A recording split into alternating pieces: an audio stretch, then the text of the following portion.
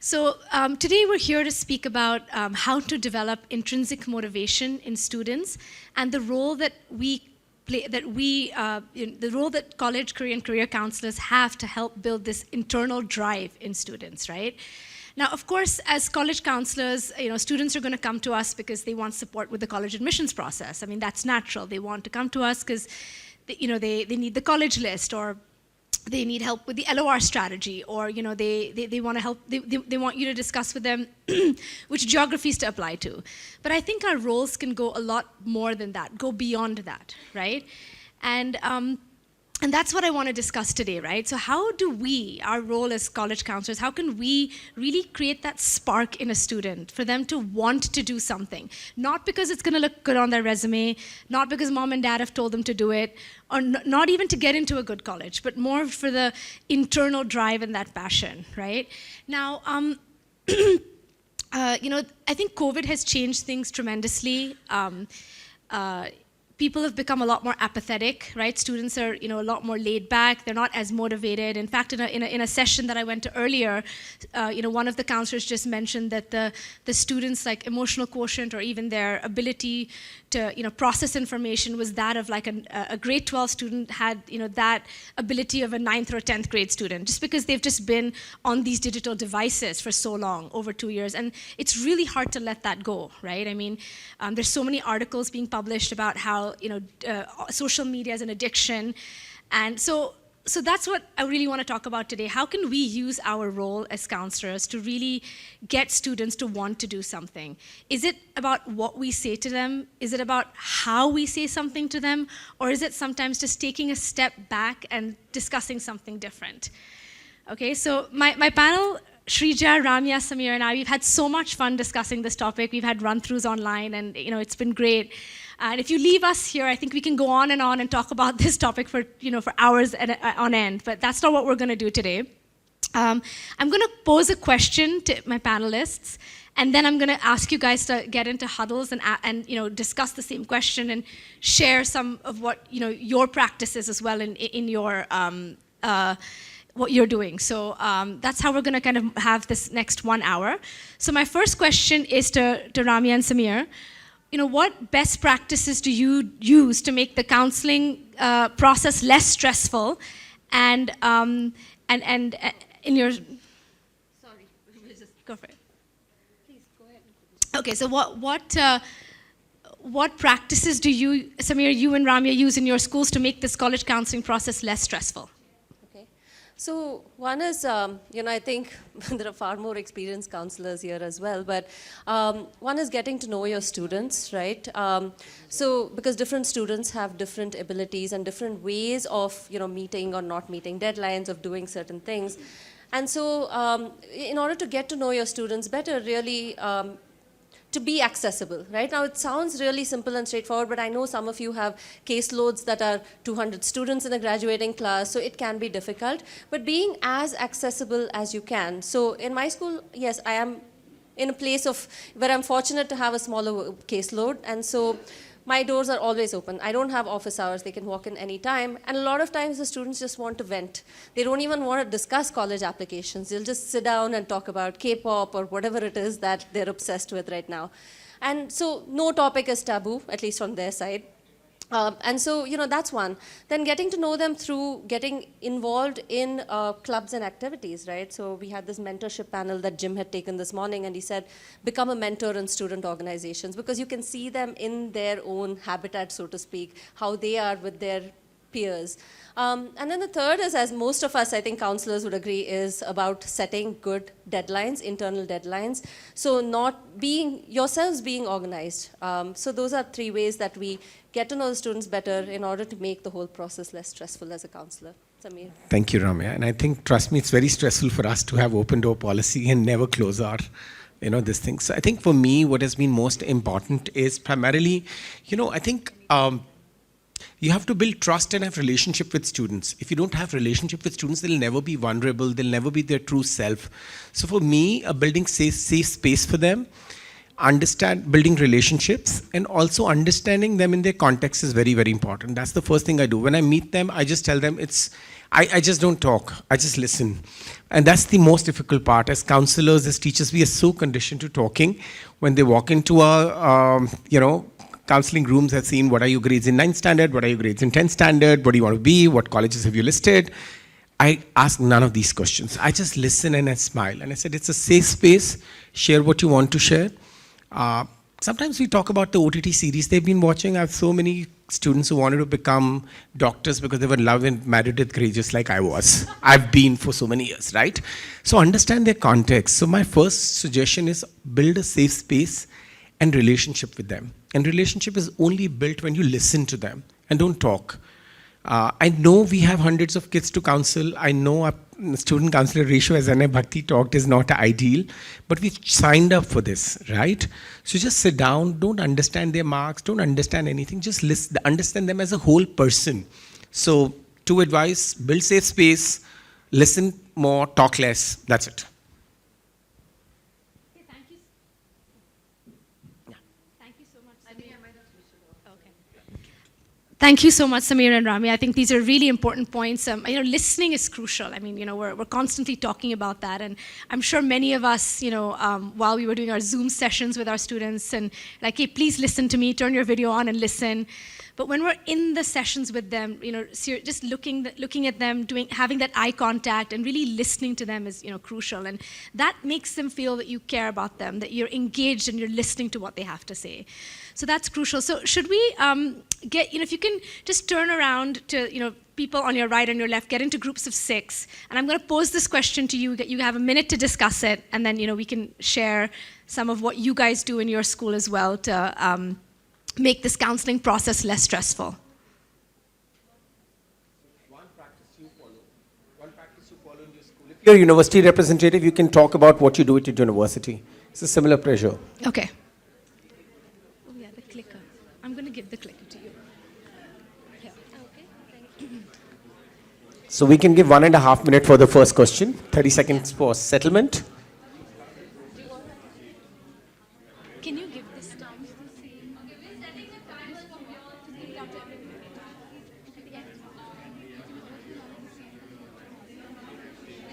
Where do I say it? Where do you want me to say it? Hi, for everybody online, can you please also huddle and try and answer this question? What best practices do you use to make the college counseling process less stressful? Okay, Samir, you moderate this one. Sorry? You ask. We have what, 2 more minutes? Just say. You said 3 minutes? 3 minutes. So. We're giving them a minute, right? No. 3 minutes. 1.5. Yeah, just make it. Maybe 1 minute just to yeah. Okay, I'll add it. No, then just let every group say one thing so that it's better. You may have number of practices which may come up, but as a group agree on one practice you want to share with the rest of us. Already a minute. Half a minute was done. I've kept it. Okay. Yeah. Lots of people. Let each group say one thing, and then it might become too much. Maybe let's ask people if they have something extra that they would like to share as part of that. But make it just something. Okay, Samir, you pick on 3 groups. Okay, every time we're picking on 3 groups, and we put 3 groups three different next time. Say yeah, just delivered by the group should be noted. Yeah. When they speak out, excuse me. Can you just keep this and keep taking candid photos? My code is 2311. Okay, just keep taking candid photos of us. Okay. Thank you. Okay, go for it.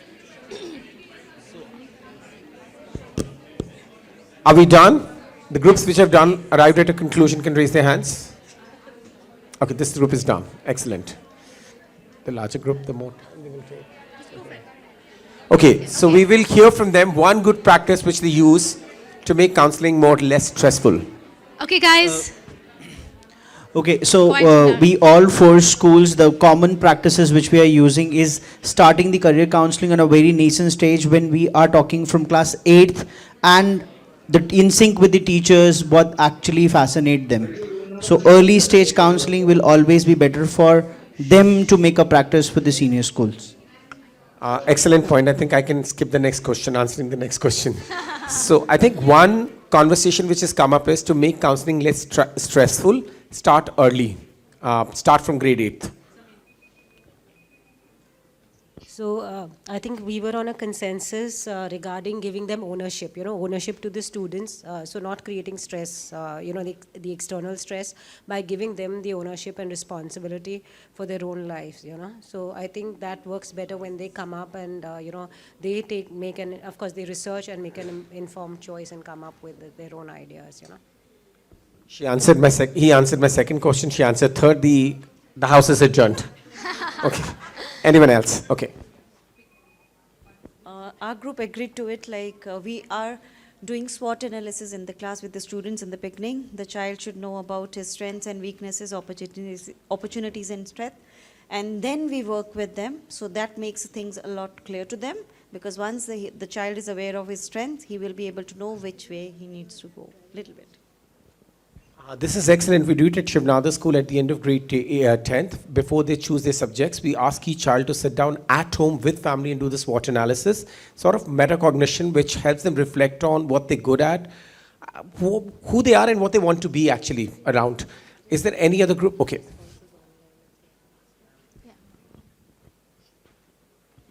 Thank you. So we'd already mentioned about strengths. We'd had a quick talk about strengths, but I guess now it's also about parent education. Because they can add a layer of stress that isn't necessary.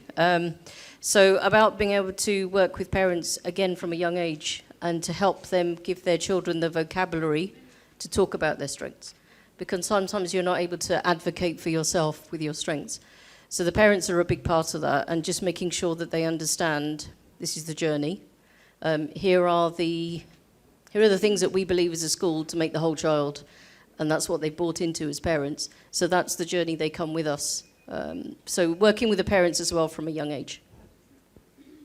It's excellent. Very important stakeholder in decision making. Are we good? We go to the next question. Yeah, so I'm just there's some great points that the online folk have, contributed to. So I'm just going to read some of the practices that they use. Aparna says that we try and ensure each student charts their own timeline while adhering to board deadlines. So if you give the onus to the student, they're more likely to follow it. And something else that she says is we encourage students to maintain a reflective journal through grades 9 to 12.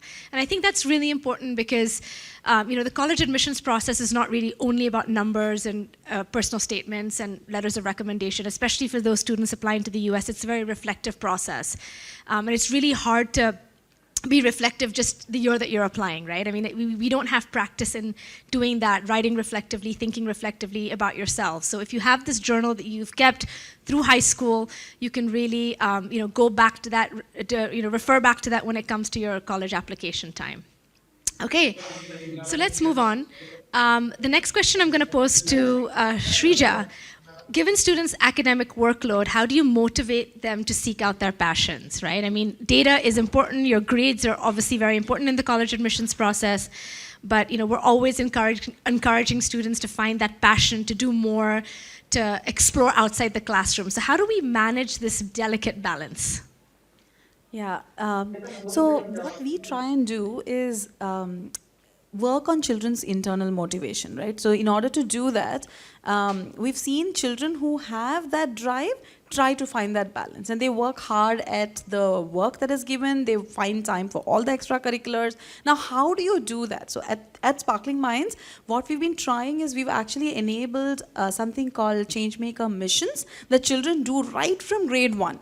And these are missions that over the years, the children have kind of put together as something that the children's community care about. So missions like how they care about climate, which is specific to the garbage disposal at school, the kind of loss of species that they really care about, missions like child vulnerability, where they really care about how the world is treating children and how children are getting no space, consideration in public spaces. There is no consideration of how they will actually use a space when they grow up, that sense of belonging not being there for them.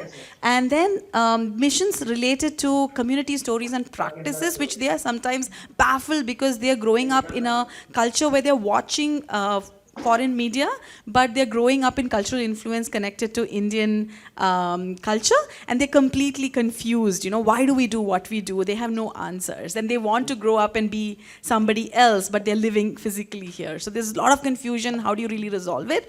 And then missions related to food practices. So all of this put together, children get to explore a lot of these missions and find their space, many a times finding their interest, finding disinterest, exploring, researching, thinking about why would somebody want to do this, kind of enables them to think about what are my passions, what are my interests, how do I bring that to this space, and most importantly, think about beyond themselves. And that kickstarts something of a process of motivation for children. And then we've generally found that they invest themselves in learning, in extracurriculars, with something that we call no drama. So there's no drama involved. They just push themselves and they do what is needed to be done, and they find that balance much more easily. Thank you. I think it's a difficult question. I made so many notes. I want to speak so much about this, but I think I'll stick to my timeline. I think the interesting point what is the first question we ask our students as counselors? Okay, what do you want to become? Any other question? What are your interests? Do we use a synonymous word to interest, which is very, like it's a abuse of that word. Passion. We're such a passion economy, right? What are you passionate about? Haven't we all grown in and out of passions? But we want 15 years and 16 years to know what their passion is so that they can decide what the career they want to choose, right? So I think this is a very wrong use of terminology, word passion, and I have a very anti-passion hypothesis, and I'm someone who's been on that side of the room also saying, hey, what are you passionate about? Tell me something about your passions. They grow in and out of passion, particularly very soon when they have so many choices. So I think I have 3 advices. One, this gentleman has already given. The first one is start exploration early.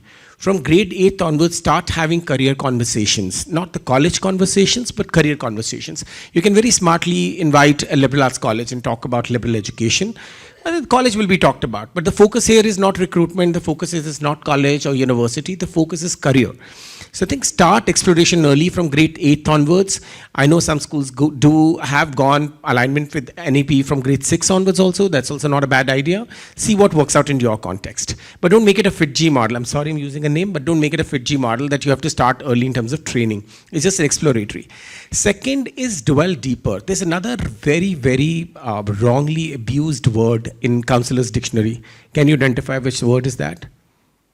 Profile building. It's such a wrong word. And there is a whole profile economy right now. Right? Acha, you want to do this? Come, I have a profile building exercise for you. It's not profile building, it's exploration, and allow them to dwell deeper. And Sreeja rightly said, sometimes they just go back and say, hey, I don't want to be a doctor because I spent 1 month in a hospital. It's pathetic. I can't do that. Right? I don't want to be, my friend's wife is a qualified dentist, and after that she went to IIM Bangalore to do her master's. She said, 1 month I realized I don't want to be looking into people's dirty mouth and cleaning up their mess. So you don't want them to become doctors and decide that, right? So I think dwell deeper in whatever they choose to do. And I think one important point is that, you'll all agree to it, you may not acknowledge, but just close your eyes and look at the 10 children who do everything in your school, because it's easy to give them work, right? So we continue to abuse the power of being a teacher or a school leader or educator or counselor and say, hey, you do this, career fair, XYZ, debate XYZ, this is XYZ. Are we taking away also the skill of prioritizing what is important for them at what time? So I think teach that art also. Okay, so please start exploration early, dwell deeper, and teach them the art of prioritizing what works for them at what time. Don't abuse the power saying these 10 children will do everything. How many of you feel that happens in the schools? only 7, 8, 10 children continue to do everything. And what we do at the cost of it, or at the cost of school's image, we also compromise on building capacity of 90 other children who could have got that opportunity. So just that. Okay, thank you so much, Samir. Your points are great. So I'm going to ask you guys to go back to your huddles and try and answer this question. I want to say something before you do that. What's there and what you said are contradictory. It was on purpose. It's on purpose.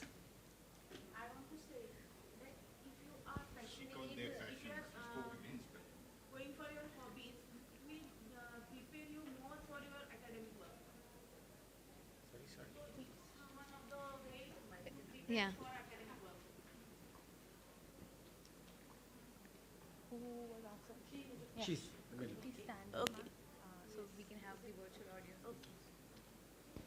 I would like to say, if you are developing your hobbies, it will give you more strength to prepare for your academic workload. Yes. Thank you. So can everybody just discuss this question for another 3 minutes, and then we're going to come back and get some feedback from the audience. You guys can huddle. Same group. Yeah, same groups. Same groups. You know each other.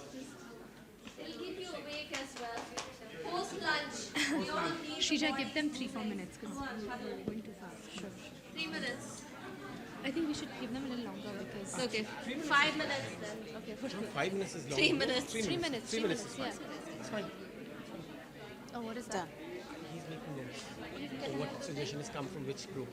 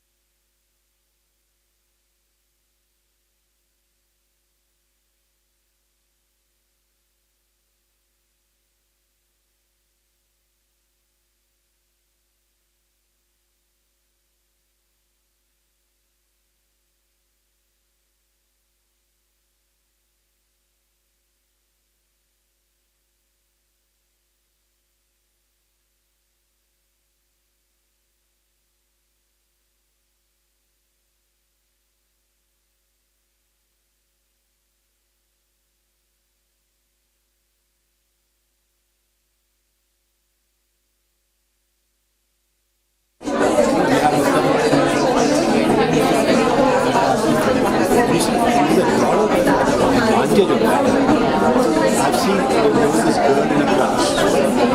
And she felt she was from she used to come to the side and she used to be in a form and not very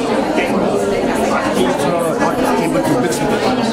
We had a sports day and she won most of their I could see her self-esteem went down because she got recognized in the group. Seems absurd. Yeah, by making them know what they're doing, I could easily see the respect between the classmates and her self-esteem. Once you leave the student do what they are interested in, you know that I'm also part of this and my self-esteem is so important.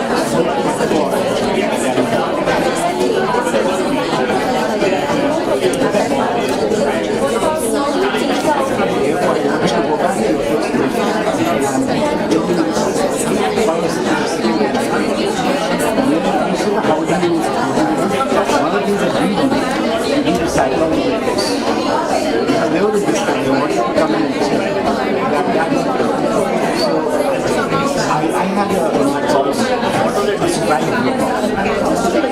sudden students fighting each other. And I just joined the program.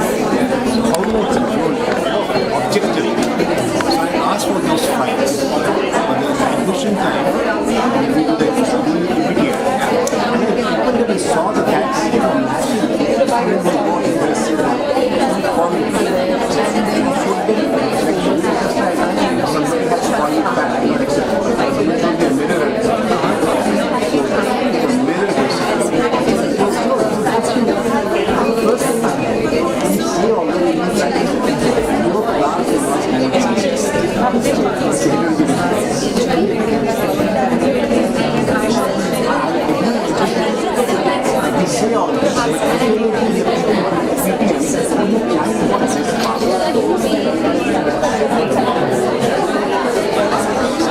Okay, thank you everyone. Has everybody arrived at one point? Okay, can we start from the back this time?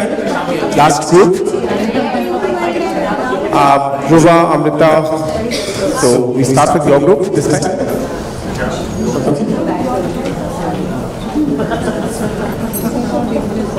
Hi everyone, so I think our group talked about three things. The first was that it's important to recognize each student is an individual in of themselves, and it helps to figure out a timeline that applies to them. The second is that it's about sequencing.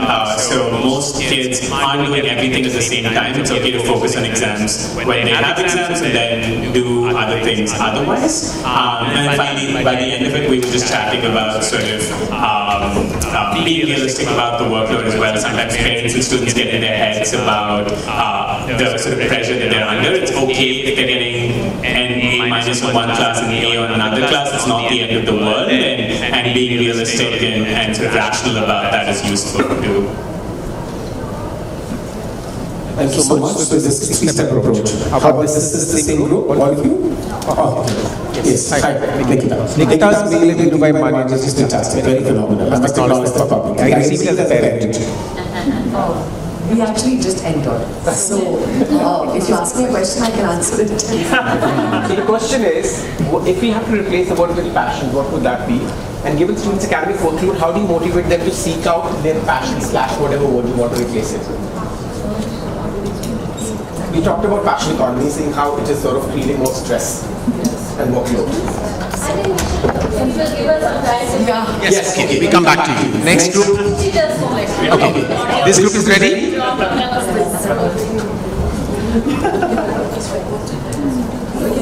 What we discussed was, it's different for different curriculums, I guess. Because in IB, because in IB, I believe that gas is Is it better? So in IB, CAS is an integral part of the curriculum. CAS is like creativity, activity and service. So I believe it is very beautifully incorporated in the curriculum itself. So we have specific time allotted for those kinds of things. And students have the liberty to choose their passion. Like we don't tell them what creative thing they have to be involved in. So once you're passionate about it, you will definitely make out some time. And the curriculum also gives them the liberty to have that kind of time. We discussed about the CBSE schools also. So in CBSE again, it boils down to the fact that you have to have a timeline for every activity. If the school hours do not permit, maybe you could call them or ask them to stay back on a couple of days, call them on the weekends, but ultimately they have to figure out what they're actually interested in doing. Because if you tell them, like, this is the activity you need to build your, not the profile, but the character, so they may not, sustain for too long. So this is what I think is important. Thank you so much. This group here? Ready? Okay, this group next group? Okay, this is like a picture, right? Yeah. So, okay, thanks for the additional time. So how do we motivate them to seek out their passions? We actually have a very simple mantra for that. we ask them to utilize their holidays especially and weekends to pursue the activities that they enjoy or the career paths that they think they're going to follow. So shadow work in those activities, do internships, try out the different areas of interest they think they are interested in, which will then tell them whether they want to pursue that path or not. But to come back to passions, for example, I'd like to add to what this lovely lady at the back said about CAS. We encourage students, for example, if they like football, to rope in football with the service activity, so that it serves two purposes. It's a multi-purpose activity for them.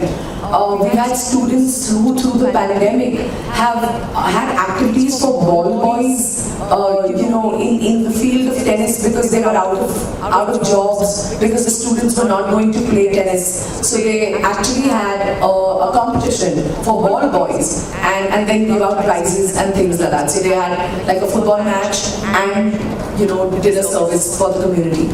So yeah. Thank you. Thank you so much.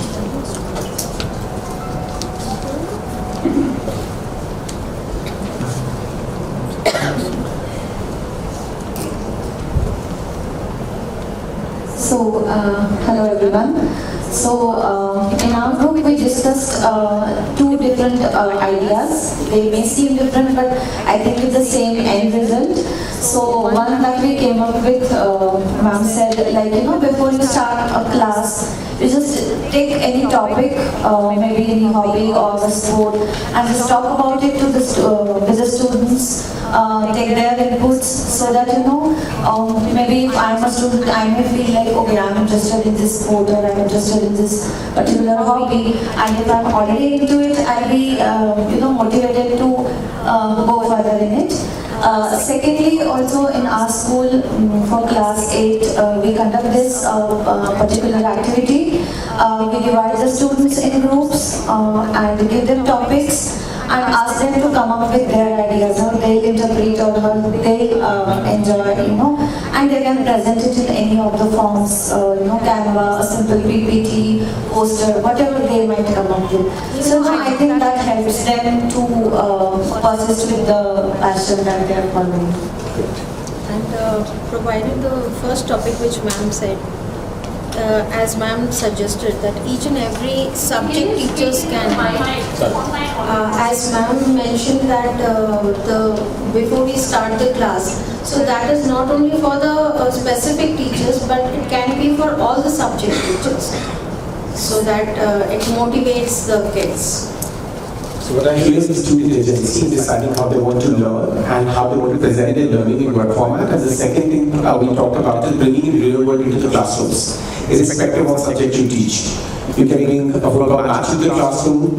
In physics class, you can talk about that. You can bring Russia, Ukraine war to the classrooms and talk about the whole maths and economics of it. So thank you. Thanks a lot. Great suggestions. Anyone else who would like to say something different? Hello everyone, I am Dr. Pavni, OSD for Higher Education at Telangana Social Welfare Residential Education Society, and I have my colleague Resina, who is also a special officer. So I would like to share what we do in our schools. We are a group of 268 institutions in Telangana, residential, and we cater to the marginalized students.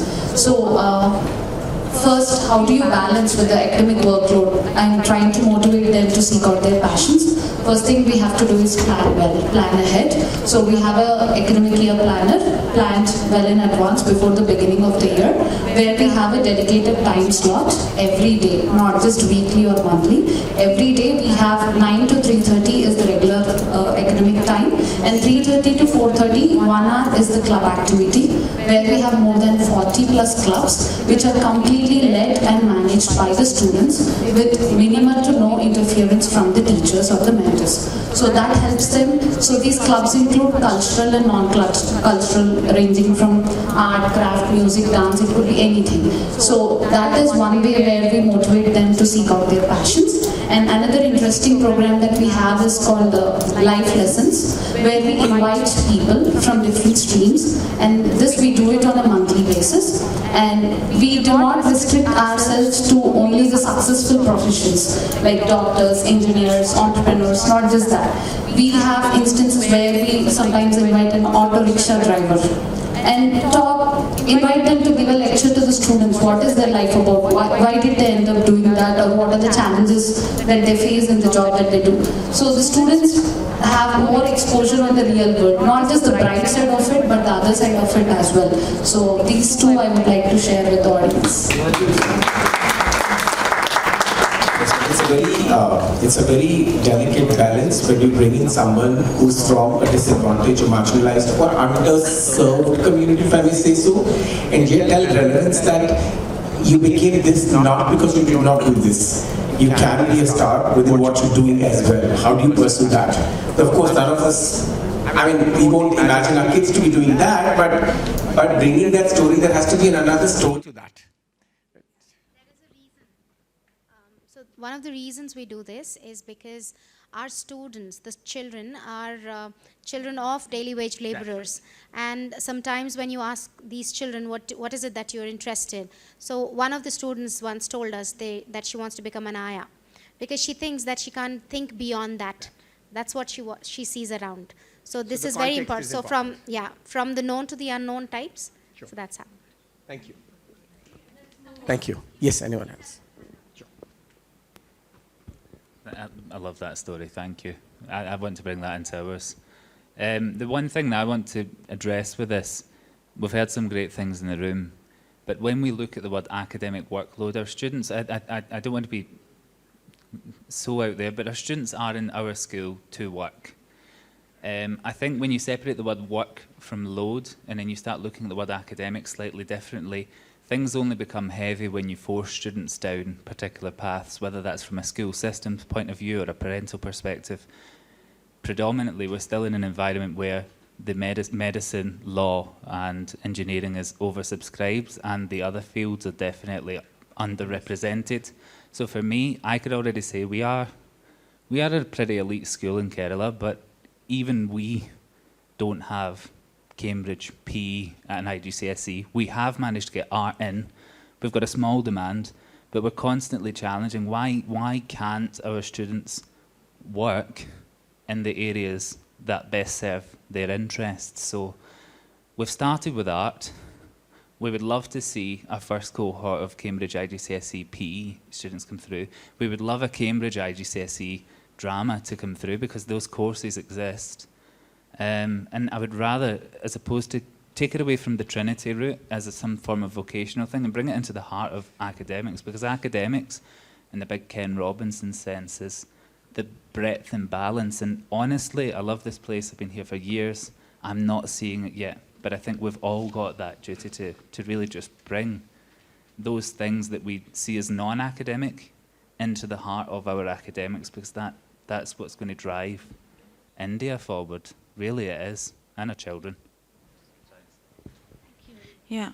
And Thank it you. actually makes children come alive. The sports, the dance, the music, the art, the amount of liveness that children experience when they get into it, and the amount of energy transfer that can happen from there into their academic pursuits or any pursuit of excellence is huge. And it is sadly underrepresented, you're right. We have some responses online that we would like to take. So Pranali says, counsel them to take only those subjects which will help them to sail through university admission, keep pursuing their passions.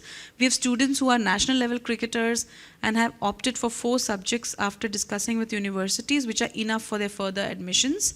Can we look for some more? Aparna Bhalla says, lot of discussion, evaluation of all the experience to assess what the student enjoyed, what they were good at, what they're proud of experiences-wise, and the discussion builds clarity in the student's mind and they are able to articulate their interests and strengths. Through field trips for exposure and as a role of counselor, field trips. Field trips is the other suggestion that we have. So I think, Namita, you also want to talk about the element of, how do you align everything with the child's interest, whether that's service or that's arts or creativity or the social service. We continue to again talk about profile building. What have you done in community service to build your profile, right? We're very fond of asking that question as counselors, trust me. Yeah, So- we are. I think we've had some fantastic responses in the room, and there's definitely practices in play, and I can see that the theme is all about being planned, right? I mean, if we're planned, then we can certainly give our students these options. Recording in I was a school counselor for 3.5 years, and one of the things that I would do was to join in on all the field trips. I think one of the online attendees said that, and that's when you really get to know the students. You see them interacting with other students. You see. We'd gone to a village in Pondicherry and they helped build houses. And I was assigned to a group, so I was building houses with the students. And I think when they see you in that role, when they see you with them, it's easier for them to trust you as well, right? I mean, and so I really like these responses. I love how someone at the back said that, it's part of the IB diploma program. CAS is a part of it, right? So it's integrated. But that's not really answering, the whole point of today's session, which is how do we develop that intrinsic motivation, right? We can have all these processes. We can have CAS. We can tell kids that, okay, to pass the diploma, you must do these many hours of community service. You must do this. But what can we do to really make them want to do it? I think that's what I really want to get at. And that's kind of going to lead to my next question, which I think is the crux of today's discussion, right? How do we get students to care more? Not do it just because it's going to look nice on my resume, not do it because I want to get into Harvard, not do it because mom and dad told me to, or the counselor's telling me because that's going to add to my profile and I'm going to look really great to an admissions committee, right? What can we do to make students care more? So all my panelists are going to ask that question, and then I really want to ask you guys what you think as well. So this is a question which is very, very close to my heart. Like, how do we get children to care about what they're doing?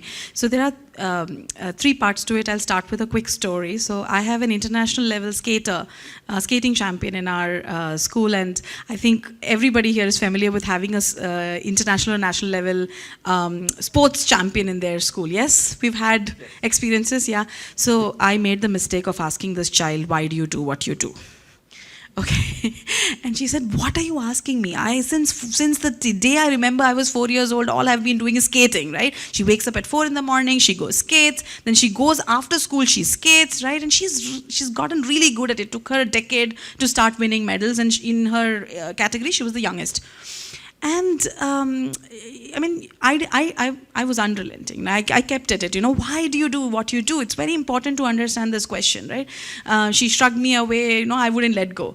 So one of the things that we deeply do at school is we ask children to reflect on why is it that they do what they do, not only when something goes off, even when something goes well. And that is very important. When they know that I'm enjoying this, and how and why am I enjoying it? So I know I'm enjoying it because I've got goosebumps, I've got butterflies in my stomach, my face is flushed and I can't stop doing it, right? I just don't feel like giving up. And then when I'm not able to enjoy something, I know what that means. Then peel one more layer and then ask yourself, why is it that you're enjoying this more than something else?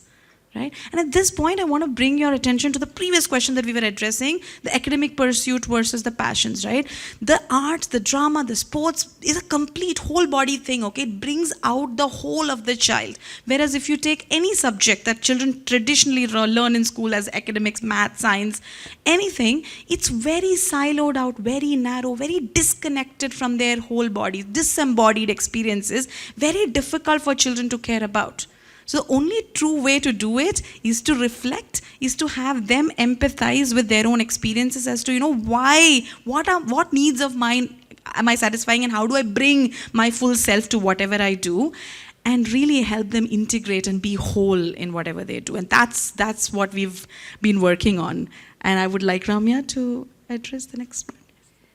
That the first time I heard that story, I was like, I can't believe you asked the kid that, because this brings me to my point, right? Actually, how many people are counselors here? I think most. Yeah, so when you're in your 6th, 7th, 8th meeting of the day, you're tired, it's very easy to fall into this checklist mode. Let's be really honest, okay? Kid comes in, says, "Ma'am, I want to apply to the US." Academics has to be good, take the SAT or the ACT, and then how does your profile look, blah, blah, blah, blah. It's very easy to get into that mode, right? let alone asking an international level skater, why do you do what you do?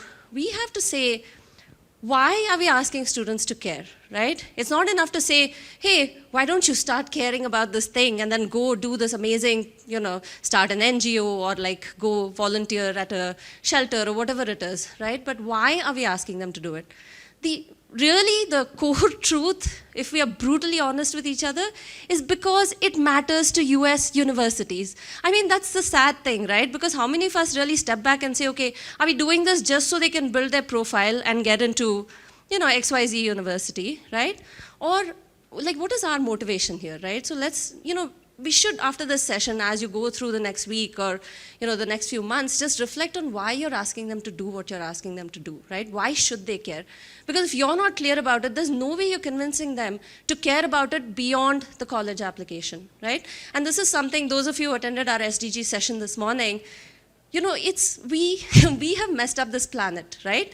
There are 17 UN SDGs. This is something that I personally have started incorporating in my conversations with kids because, yes, there is a practical component where students say, okay, let's say I'm aiming for a certain scholarship. What do I need to do?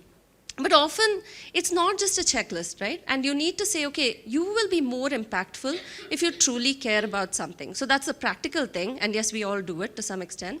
But then there's also, we want them to be better citizens. We want them to be better stewards of this planet, right? Because the future is messed up if we can't get this generation to do all that, to be better, to care more. And caring, so that's the why, right? And then once they do the why, there are kids who genuinely care. They're very moved, they have empathy, they look at somebody in a, they look at the plastic bags strewn on the way to school, all 200 meters of it, and they say, I really want to do it, but they don't know how, right? And this is where I'm just surprised in all the conversations so far, nobody has brought up parents. Right? I think it's not, we need to build those partnerships and relationships with parents as well. Because remember, the child is only spending a limited amount of time in school.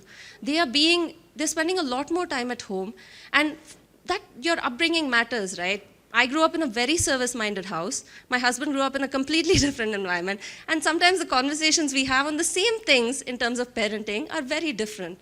And so, this is where you can also help, right? You can you can go to NGOs in your neighborhood because problems don't always have to be global, national, international. You can start with your own local, backyard. I think talking about this whole tennis camp that Nitika had talked about, but, things that are in the immediate environment. There's a government school near you. Go, at least let's have the children go there and empathize and expose them and see, how people who are not, because most of us are in a place of privilege. We're mostly in international schools where it's a little bubble and kids don't get exposed to much. So I think on the how, talk to the parents, help them understand the why of this so that they can brainstorm and they're more invested in the how to get their children to care more. And similarly, reach out to local organizations who are making an impact, reach out to other counselors. I think Sreeja is doing amazing work at her school. I think we can all share these stories to better motivate students. Sameer? So I think one takeaway from this session would be when you go back to substitute words, you have to, in practice and philosophy, change in your dictionary could be passion and profile. Two pieces you have to change in your narrative. And I think one of the largest, and it's a vicious cycle if you look at it. I think motivations are very uncanny things. We use them to manipulate ourselves. I think society uses it to manipulate us. But how do you, for a 14-year-old, 15-year-old, 16-year-old, how do you talk about motivations? How do you talk about purpose? How do you talk about meaning? But I think that's interesting because there's a whole study, I think it's a KPMG study which is talking about different generations, and Gen Z has been talked about, that this is one generation which definitely cares a lot about meaning and purpose. And I think that's the hope and that's the anchor of our thoughts. So I think the first thing your conversation should be around, do you care? What do you care about? And you don't have to, like Ramya rightly said, you don't have to care about the big problems. Not everybody is going to become Greta Thunberg, right? But there could be a problem in the school which you want to solve. There could be a problem in the community you live in you could solve. There could be a problem at home you could solve. I think I recently come across, I'll probably put it in the SDG white paper also. There's a girl who's built up an app for you to measure your carbon footprint, as simple as that. Can I just set a target of reducing my carbon footprint from sort of X amount to my X minus amount, and what has been my journey, what are the alternative life choices I'm making in that process, right? I think Daniel Esping's theory of motivation is very interesting, where he says map, master autonomy and purpose, and that's, I think, everybody's talked about here, that if children identify the purpose of what they're doing and not as a checklist, not as a compliance that you have to do this, why? Because you need to go to college. There's a negative correlation between cognitive task and rewards, let me tell you. You know, the reward is the task completion in itself. So I think allow them to find out the purpose, why they're doing what they're doing. There is a simple theory of five whys. Why are you doing what you're doing? You continue asking them, they'll arrive at it. And second is autonomy. Give them an agency, like I think our colleagues talked about there. Saying you set up your deadlines, you set up your timelines, right? And in the process, they will fail themselves multiple times. And that is where the role of the counselor comes. Not to say you did not do this, hence we cannot do this. But you did not do this, let's sit down and have conversation around how can we do it better. But I think going back to the same words, the passion and the profile, the two P's of career counseling, we need to substitute these words with meaning and purpose, you know. And this generation does care. Like today morning, I got an email from a girl student who's written to me saying, we just want to talk to you. Where are you, first of all? I've not seen you for 3 days. And I said, okay, I'm out for conference. But we want to talk about the sanitary napkins which are going to be installed in the school, but they have to be biodegradable. We have no conversation about it. I think she's read somewhere and she wants to have conversation about it, right? So I think the agency, the purpose is all around them. It's just that as meaningfully, how can you sort of make those connections? So why can't we go back and give them the same question to solve? And I'm sure each one of them has a story. I see Priya's head coming up and down. So yes, please. Yes, please. We'll just give you mine. After me? Okay. I just wanted to share about my school. I'm from GD Goenka, Siliguri, and we have G4H as a community service. G is like Goenkan for Humanity, Hope, Health and Hygiene. So under this program, the whole school is involved, right from nursery to class 12, where we have different kind of collection of toys and food items. We go to different old age homes, then orphanages. We have adopted 2 local schools in the community. We have adopted 1 old age home where monthly either our students are going there and serving them food, or they are coming to school and children are only taking care of these old age people. So they are serving them food, taking them to washroom, bringing them back, serving them, taking entire care of 4 to 5 hours. So for 9 to 12 standard student, it is compulsory to take care. So we allot them duties accordingly. We are there to guide them, but children are only doing it. And the same thing is taken care in their profile later on. So these are a few things which we are doing. Thank you, sir. Yeah, I wanted to say that, this whole idea of caring and about problems, I think it needs to be drilled deeper. A lot of times young people, they watch what adults are doing. And, yes, we also care about a problem. We also talk about social problems. But then after a little while, we stop caring. We move on. We find a way around it and we go away. So kids also follow that and they say, okay, if nobody around me is caring, why should I care? And this is not just true of kids. This is true of even I was reading a book called How Babies Think. And babies, before they even start speaking at 7, 8 months, they're listening to the culture and they're saying, okay, our adults don't care about this, why should I? So the question is that once you ask the child, what problems are you interested in? What do you care about? Do you pursue that for 2 to 3 years with that child saying, okay, even if it changes, it's fine. But can you continue to have that conversation from grade 7 till grade 12, every second week? Keep pushing them to go deeper into it, because you can only actually find meaning if you then say, okay, now I care about something deeply enough, and now I want to think of solutions. So I think that whole journey needs to be done. It can't be an activity to write on your CV. And it needs to come counterintuitively. Care abouts come from somewhere very deep where frustrations reside. So we ask children, what frustrated you the most today? And that leads to very deep care about conversations. You had a... So I think one thing I wanted to tell you, trust me, you have to be the role models, because we are the antithesis of everything what we're telling them to do. We tell them to be environmentally conscious. We have the most swanky car, diesel car. We don't want to buy an electric car.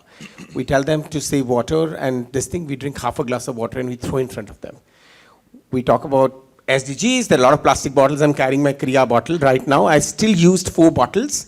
So I have very small practice. When I go back from conferences, I plant 3 trees through any organization which is doing. So how are you mitigating that? How are you bringing in that conversation? It's not a self-promotion. So about 4 years back, I decided to turn vegan because looking at the carbon footprint, I don't expect everybody to turn vegan, but it's my choice, right?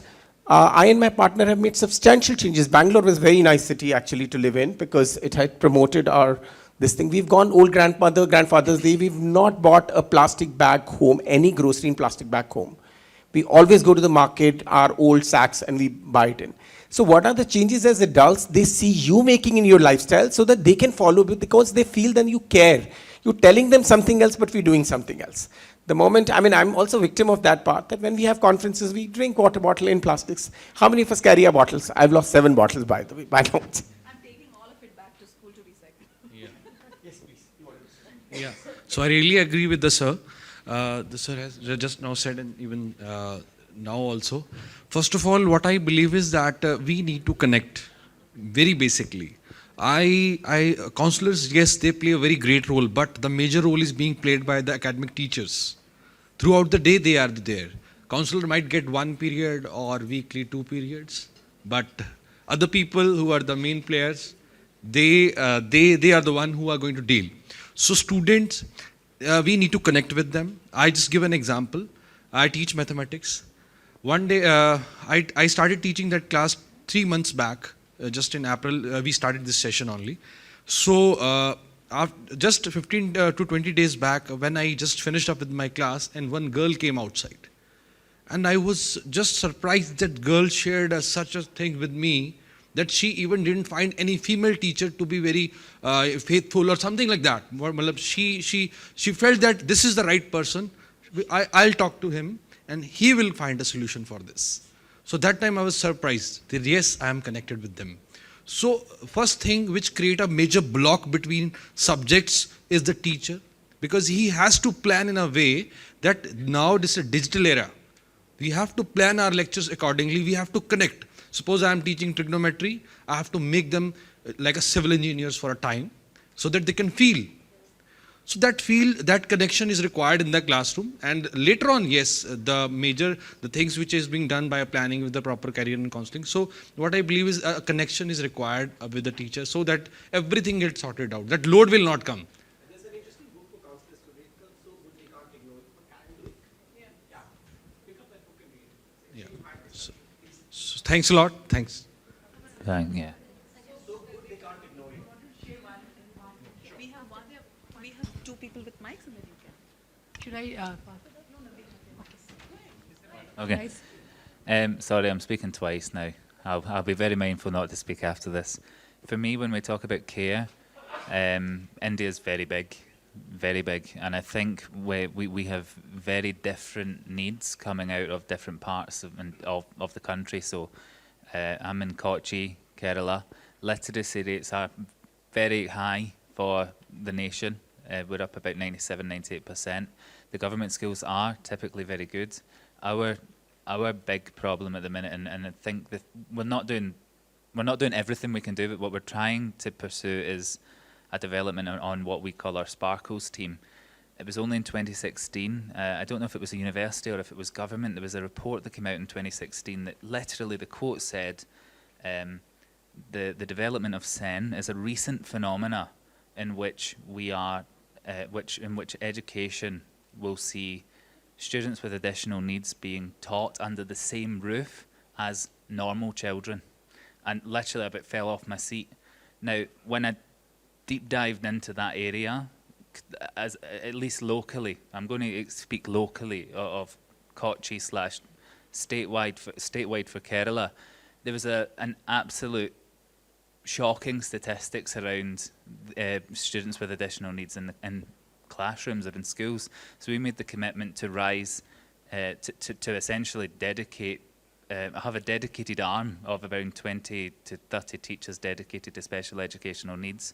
And we've got our student body up to about 12.5% to 13% of our whole student body are students with very wide-ranging additional needs, and those students are supported through not just different programs like the NIOS. We're actually saying we're going to try and get you through whatever's appropriate, but Cambridge qualifications, for example. So that's the commitment that we're making. But again, I'm not going to just go out and say, I've got to be white, I've got to just make a statement. So if our government schools literacy rate isn't that much of a problem. So I'm not going to say our government schools are great, but they seem to be producing outcomes that are in line with what we could say is good literacy and numeracy at minimum. So they're good enough. But it's for us now, and the next step for us is how can we as a school increase access to our education? So instead of putting our kids in some form of poverty safari, going to other areas, we want to try and increase access for those students to come into our very high exclusive fee-paying school. We're not there. We're in the initial stages, and I would love anybody to help me if they've done that. So that's where we're at, and I'm only speaking at least locally.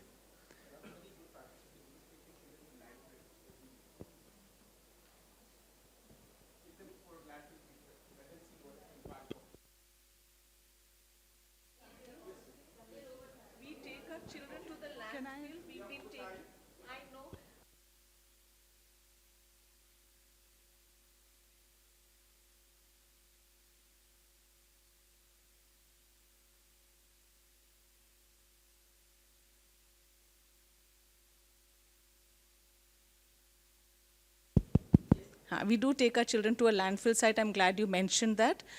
We also go and track the trajectory of the river Yamuna from the source to the time it joins yes, and the children learn about how the river is a connection with so many things, with religion, anthropology, economy, etc., etc., etc. But what I want to say over here is, I've been listening to everyone talking, is how do you motivate children to include their passion into their academic curriculum? I think that the basic premise is perhaps is wrong, because we need to look at everything that we do in school as one whole.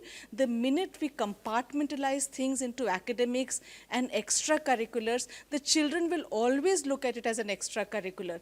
That means by default we are saying academics is important, your extracurricular is something extra that we do. So everything that we do in school is a part of our curriculum, and we need to make place for it in our schedules. If we say that we will stay back after school and do it, or we will do it over a weekend, or we will do it over a holiday, it is not correct. If it is important to do math in school, it is important to do your outreach in school. If it is important to do physics in school, it is important to play a sport in school. Nothing has to be done post-school. If they do it, it is a bonus, but school should provide for all of it. It should be a part of your core curriculum. Absolutely, ma'am. And that's what I'm saying, the theory and practice. Theory versus practice. So what's really beautiful with what ma'am is saying, and I would like to sum up with that, is that why can't we express SDGs through poetry?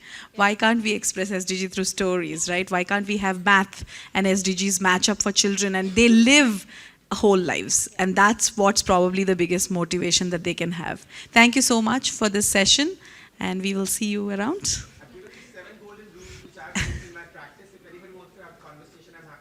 Yes, anybody who wants to still have a conversation or share something, we are here. The session is over. Thank you so much.